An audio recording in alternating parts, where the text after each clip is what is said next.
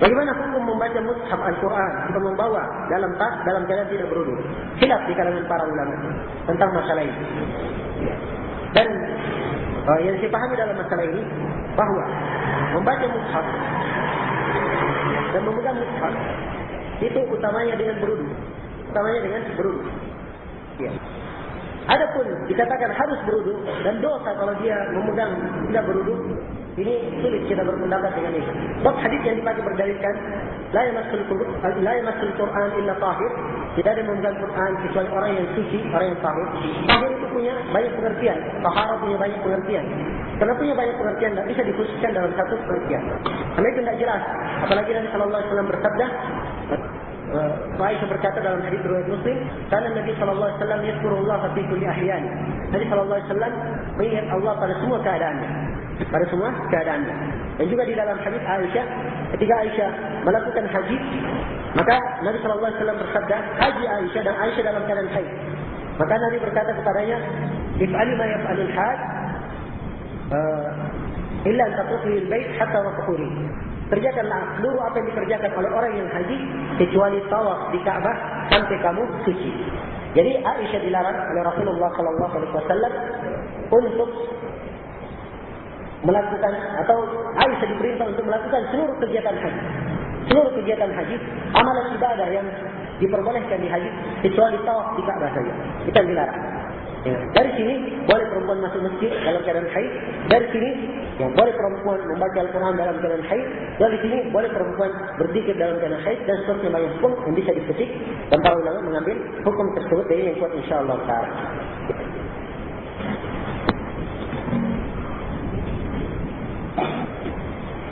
Apakah seorang ketika selesai mandi lalu dia salat tanpa wudu, apakah salat dia syah atau tidak? Tolong jelaskan. Ketika dia mandi, apakah dia niat berwudu? Kalau dia mandi sambil meniatkan dengannya wudu, iya, salatnya syah. Nah, kalau dia niatkan, sebab diterangkan dalam hadis Aisyah riwayat Imam Ahmad An-Nasai dan lain-lainnya, kata Aisyah, kana Nabi sallallahu alaihi wasallam la yaghtasilu ba'da al-ghusl. Adalah Nabi sallallahu alaihi wasallam beliau tidak mandi atau la yatawaddau ba'da al-ghusl. Beliau tidak berwudu setelah mandi.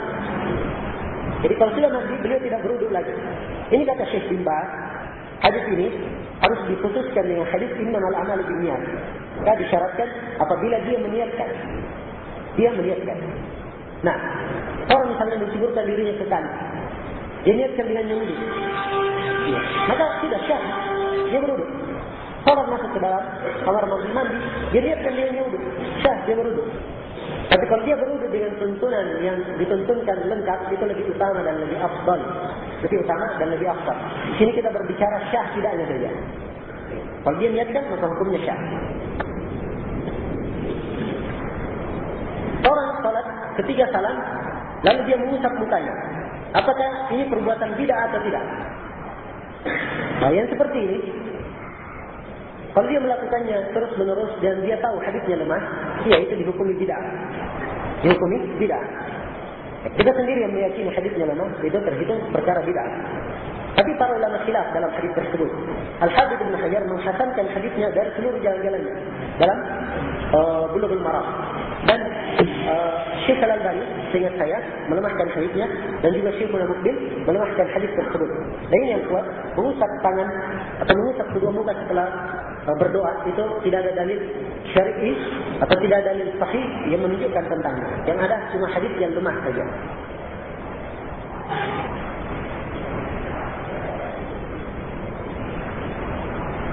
Apakah boleh seorang bersuci dari hadas kecil dengan satu gayung?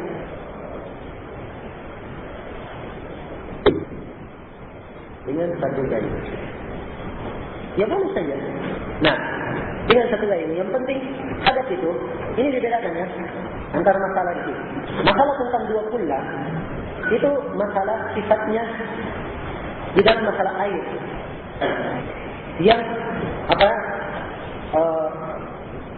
atau di dalam masalah najis yang sifatnya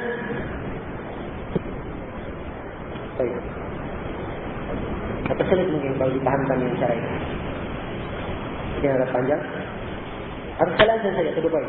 Saya katakan begini, bahwasanya yang kuat di kalangan para ulama tentang masalah mencuci atau berbersih dari hadas, seseorang itu kapan dia siram dan hadatnya sudah hilang semua, sudah hilang hadatnya, maka itu sudah cukup. Sebab yang diinginkan adalah membersihkannya dari hadas. Dan tidak harus bersih semua, memang.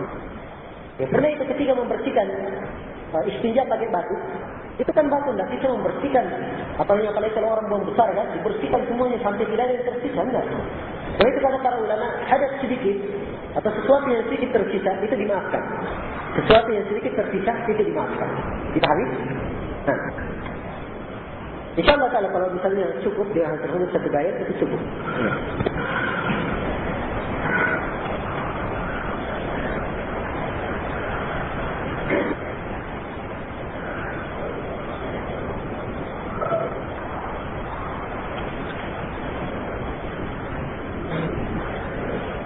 Saya mau tanya, bagaimana hukum onani? Onani adalah perkara yang diharamkan di dalam syariat. Dan hendaknya setiap muslim meninggalkannya. Dalil tentang diharamkannya onani, Allah Subhanahu wa taala berfirman dalam Al-Qur'an, "Walladzina hum li furujihim hafizun illa 'ala azwajihim aw ma malakat aymanuhum fa innakum ghairu malumin. Faman ibtagha wara'a dzalika fa ulaika humul 'adun." Orang mukmin itu adalah orang yang menjaga kemaluannya, kecuali terhadap istrinya dan budak yang dia miliki. Sekarang budak tidak ada, berarti cuma pada istri. Selain dari itu, ya dikatakan siapa yang mencari selain dari itu, maka dia telah melampaui batas. Dan seorang kalau belum mampu nikah, bukan disuruh onani, tapi disuruh untuk menjaga kehormatan diri. Falyasta'fifil ladzina la yajiduna nikahan hatta yughniyahumullahu min fadli. Hendaknya orang yang belum mampu nikah istighfar, menjaga kehormatan dirinya sampai Allah memberikan kecukupan kepadanya. Dan dalam hadis Ibnu Mas'ud yang diriwayatkan oleh Imam Al-Bukhari dan Imam Muslim, Rasulullah sallallahu alaihi wasallam bersabda, "Ya ma'asyara syabab, sekalian anak muda, man istata'a minkum al-ba'a falyatazawwaj." Siapa di antara kalian yang punya kemampuan al-ba'ah? Al-ba'ah di sini ada dua penafsiran ya. Ada yang mengatakan al-ba'ah mampu untuk melakukan itu. Dan ada yang mengatakan al-ba'ah itu adalah mampu memberikan nafkah, mampu di dalam masalah kehidupannya. Dan ini yang dikuatkan oleh Syekhul Islam Ibnu Taimiyah, penafsiran yang terakhir. Sebab kalau yang diinginkan mampu itu, maka rata-rata laki-laki mampu, anak muda mampu. Nah, maka yang diinginkan al-ba'ah dari sisi kemampuan. Maka kata beliau, siapa di antara kalian yang punya al-ba'ah, maka hendaknya dia nikah. Dan siapa? Sebab nikah itu aghaddu lil basar wa ahsanu lil farj, lebih menundukkan pandangan dan menjaga kemaluan. Dan siapa yang belum mampu, maka alaihi bis-shaum, hendaknya dia berpuasa. Fa inna lahu wijah, sebab puasa itu adalah umutus syahwat. Disuruh puasa kalau tidak mampu, bukan disuruh onani. Nah, karena itu tidak benar fatwa Imam Syaukani. Memang Imam Syaukani memberi fatwa bolehnya onani dalam keadaan darurat. Itu termasuk dianggap kekeliruan beliau. Ya, rahimahullah ta'ala. Syekh Mukbil punya bantahan khusus terhadap Imam Syaukani dalam masalah ini. Iya.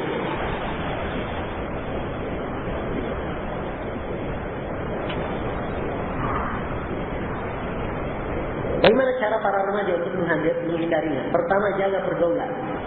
Yang kedua, banyak menuntut ilmu. Yang ketiga, banyak ingat akan bidadari di surga. Ingat bahwa bidadari itu didapatkan bagi orang yang menahan pandangannya dari apa yang diharamkan oleh Allah. Kenikmatan di surga di dunia ini tidak ada apa-apanya dibandingkan dengan surga. Ingat seorang yang melakukan maksiat, dia sabar. Di surga nanti akan lebih baik, insyaAllah dia dapat. Dan hatinya akan terasa tenang, insyaAllah dengan hal tersebut. Nah, kemudian yang keempat, ya, untuk menghindari hal ini, dia berpuasa, sebagaimana yang kita sebutkan tadi. Dan ada kiat yang lain, insyaAllah, dan segera itu cukup. Apa hukum onani? Sama dengan azan. Adapun azan, itu hukumnya makruh. Menurut pendapat yang paling kuat di kalangan para ulama. Sebab dalam hadis Jabir riwayat Muslim, beliau berkata, "Kunna na'zin wal Qur'anu yanzil." Kami melakukan azan dan Quran turun. Ini kan diperbolehkan, semua hukumnya makruh. Nabi sallallahu alaihi wasallam bersabda dalam hadis yang lain, "Tazawwajul walud al wadud, fa inni mukathirun bikum." Jikalau kalian dengan perempuan yang penyayang, baik melahirkan anak. Maksudnya baik melahirkan anak. Bagaimana caranya baik melahirkan anak? Kalian belum pernah nikah. Maksudnya dilihat keturunannya dia. Oh, dilihat ini, oh, dia banyak bersaudara, berarti ini asalnya dari keturunan yang bisa banyak anaknya, gitu. Ya. Nah, maka jika ada kepada perempuan yang penyayang, bisa banyak melahirkan anak, sebab saya merasa bangga dengan umatku yang banyak. Ini dalil tentang makruhnya azan tersebut.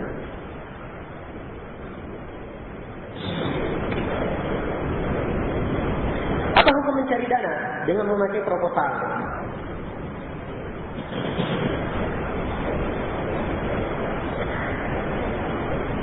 InsyaAllah ta'ala di waktu lain. Apa hukum mengelola anak dan SDIT sekolah dasar Islam terpadu yang bermanhaj salaf? Boleh saja hal tersebut. Nah, kalau memang bermanhaj salaf yang dasar syar'i. Ya. Dan sebagian orang ekstrim dalam permasalahan, tidak punya lingkup banyak di dalam ilmu agama dan berani memberikan kesimpulan tanpa ilmu. Perlu diketahui ada dikenal di kalangan para ulama seperti Imam Malik dan para ulama ahli Madinah dan orang-orang mengikutinya, dan ini juga pendapat Taifah dari para ulama tentang masalihul mursalah. Masalih al-mursalah ini masuk ke dalam bentuk masalihul mursalah. Iya, walaupun panjang berinci antara bid'ah dan masalih al-mursalah, tapi dia masuk ke dalam masalih al-mursalah. Dicatatnya pencatatan orang-orang yang berangkat jihad itu ada di zamannya Umar, mulai di zamannya Umar, tapi dipakai sebab punya kaitan umum. Secara umum punya dari sisi maslahat ada kaitan secara umum dan ada nusus umum yang berkaitan dengannya. Demikian pula dalam madrasah. Biasanya tidak ada madaris, bikin madrasah-madrasah cuma di halaqah dulunya. Setelah itu ada madaris. Dan tarikh madaris itu sudah lama, dari generasi pertama sudah ada dari tarikh madaris. Nah, Wallahul musta'an. Kadang atau orang-orang yang memberikan ketentuan ini syariat ini harus begini, ini butuh untuk mengoreksi kembali. Ya. Dan butuh bertanya kepada para masyayikh. Sebab kalau madaris atau hal yang seperti ini tidak diperbolehkan. Betapa banyak sekolah-sekolah itu disebutkan yang direkomendasi oleh para ulama kemudian tetap berjalan. Nah, hendaknya mereka introspeksi diri dan bertanya kepada para ulama di dalam masalah-masalah yang seperti ini.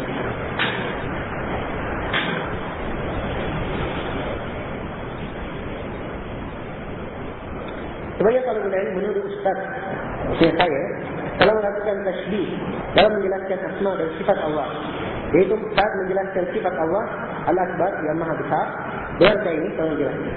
Ini bukan kaitannya dengan saya, kaitannya dengan Ustaz saya. Ya. Nah, itulah seperti itu orang-orang yang tidak jelas bentuk-bentuk tahdirnya, hanya berita-berita burung sana sini dan tidak punya rasa takut kepada Allah, akhirnya kabarnya miring semua.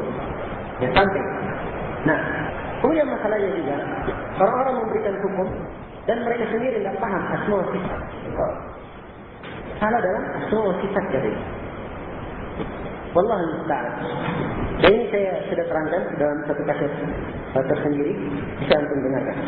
Ada penjelasan sedikit. Ya, saya telah terangkan sedikit berkaitan tentang hal tersebut di dalam nasihat terhadap mereka yang melampaui batas.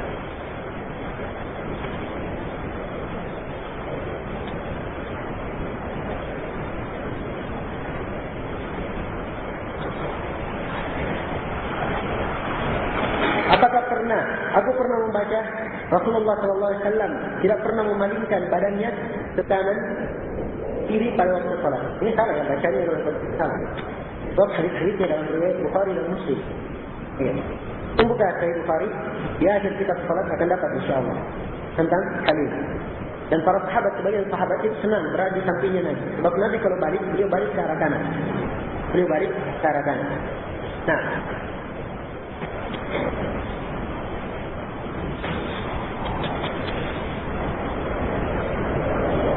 apakah menikah umur 25 tahun itu sunnah?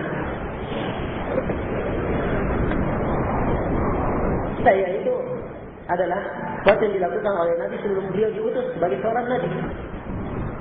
Dan itu tidak berlaku. Yang berlaku adalah setelah Rasulullah SAW menjadi Nabi, beliau berkata, ya, wahai sekalian anak muda, kembalinya kepada anak muda. Terus hukumnya siapa? Man istata' minkum ba'ah, siapa yang punya kemampuan untuk al-ba'ah, punya kemampuan untuk al-ba'ah, itu ukuran. Punya kemampuan berapapun umurnya, silahkan maju. Kita adalah perkara yang bagus. Dan seorang dalam masalah nikah itu ada beberapa keadaan. Ada seorang tidak kemampuan nikah, dan kalau tidak nikah dikhawatirkan jatuh fitnah, maka yang seperti ini bukan sunnah hukumnya dia nikah, wajib hukumnya. Ya. Ada orang 50-50, 50-50. Nah, punya kemampuan nikah. Dan dia tidak ada kemungkinan atau dia aman dirinya, tidak jatuh dari fitnah. Mungkin sibuk menuntut ilmu. Ya seperti ini kalau misalnya dia ada kemampuan atau memang ingin ya, nikah, maka disunahkan untuk melakukan sunnah nikah tersebut. Nah, demikian dirinci oleh Ibnu Qudamah rahimahullah taala dalam Al-Mughni. Ya. Tapi kadang seorang penuntut ilmu talibul ilm punya hal tersendiri yang ia melihat bahawa dia menuntut ilmu untuk saat ini lebih bagus. Ya. Nah, dan sebenarnya nikah bagi seorang penuntut ilmu itu juga perkara yang kadang baik, kadang tidak, tergantung orang itu. Ada sebagian orang setelah dia menikah, masya Allah, semakin rajin dan semakin giat dalam menuntut ilmu. Dan ada orang-orang yang saya kenal di tempat saya mungkin, tadinya kalau duduk di depan syekh, masya Allah, setelah nikah terlambat terus di belakang. Ya. Nah, ini yang seperti ini kurang baik. Ini kurang baik. Maka berbeda-beda seorang itu dalam hal ini. Maka dia lihatlah apa yang cocok untuk maslahat dirinya dan banyak memohon kepada Allah Subhanahu wa taala istiqamah. Insyaallah taala tunjukkan yang baik.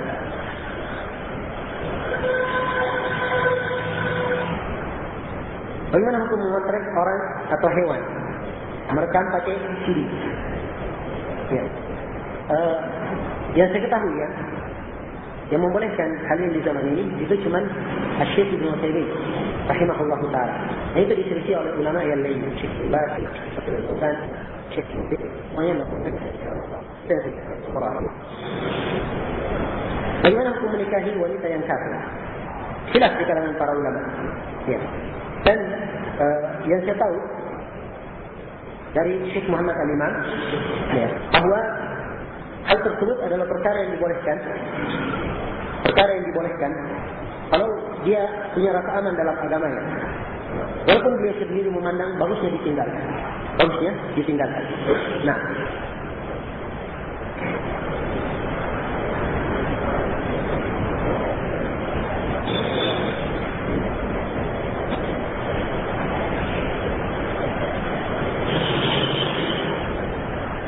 kalau kita salat sunnah tahiyatul masjid, tahiyat lainnya, sementara taklim akan disegerai, dimulai. Apakah membatalkan salat atau menyegerakannya? Dia salat dulu. Dia salat. Nah, dia salat, selesaikan salat, setelah itu ikut taklim. Demikian. Sebab Nabi SAW ketika seorang masuk, beliau dalam keadaan khutbah Jumat. Khutbah ini taklim dalam posisi yang posisi yang beda dengan taklim yang lainnya, taklim khusus, ya kan? Khutbah Jumat, tidak ada orang masuk, belum sholat langsung dulu, kita orang nanti dulu sholat tahiyatul masjid.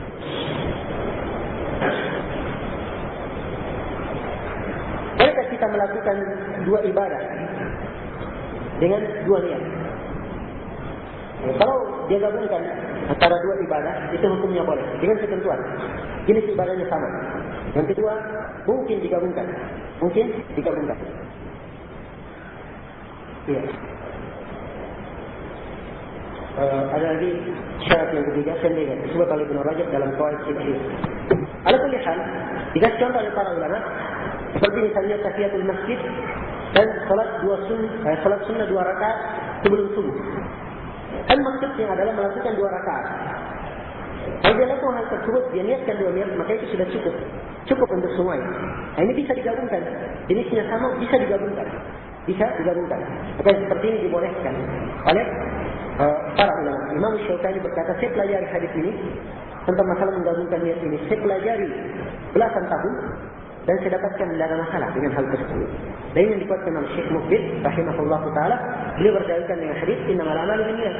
Sungguhnya setiap amalan itu dengan niat.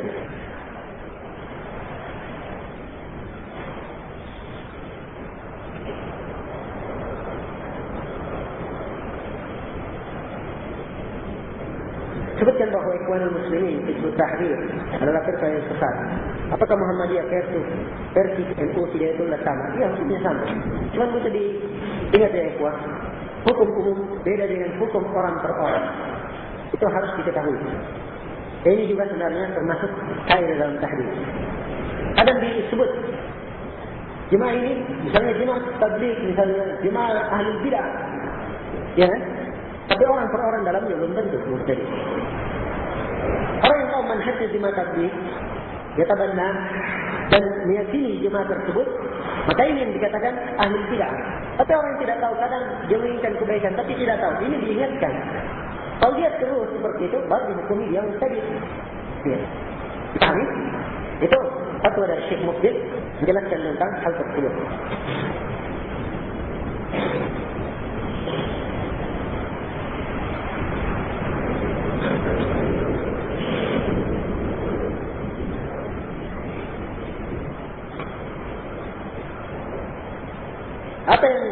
Apa yang harus dilakukan sehabis salat menurut sunnah supaya tidak berbuat bid'ah? Setelah salat ada zikir. Nah, dia berzikir dengan ketentuan zikir yang dituntunkan oleh Rasulullah, dan jangan melakukan perkara-perkara seperti mengangkat-angkat berdoa berjamaah, kemudian berdoa mengangkat tangan ini adalah perkara yang tidak dibenarkan.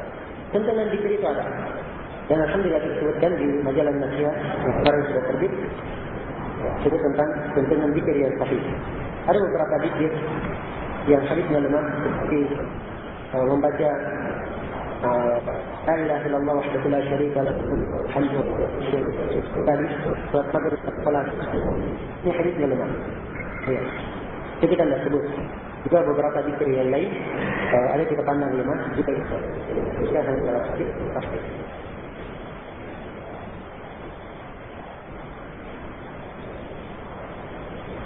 Cukup ya.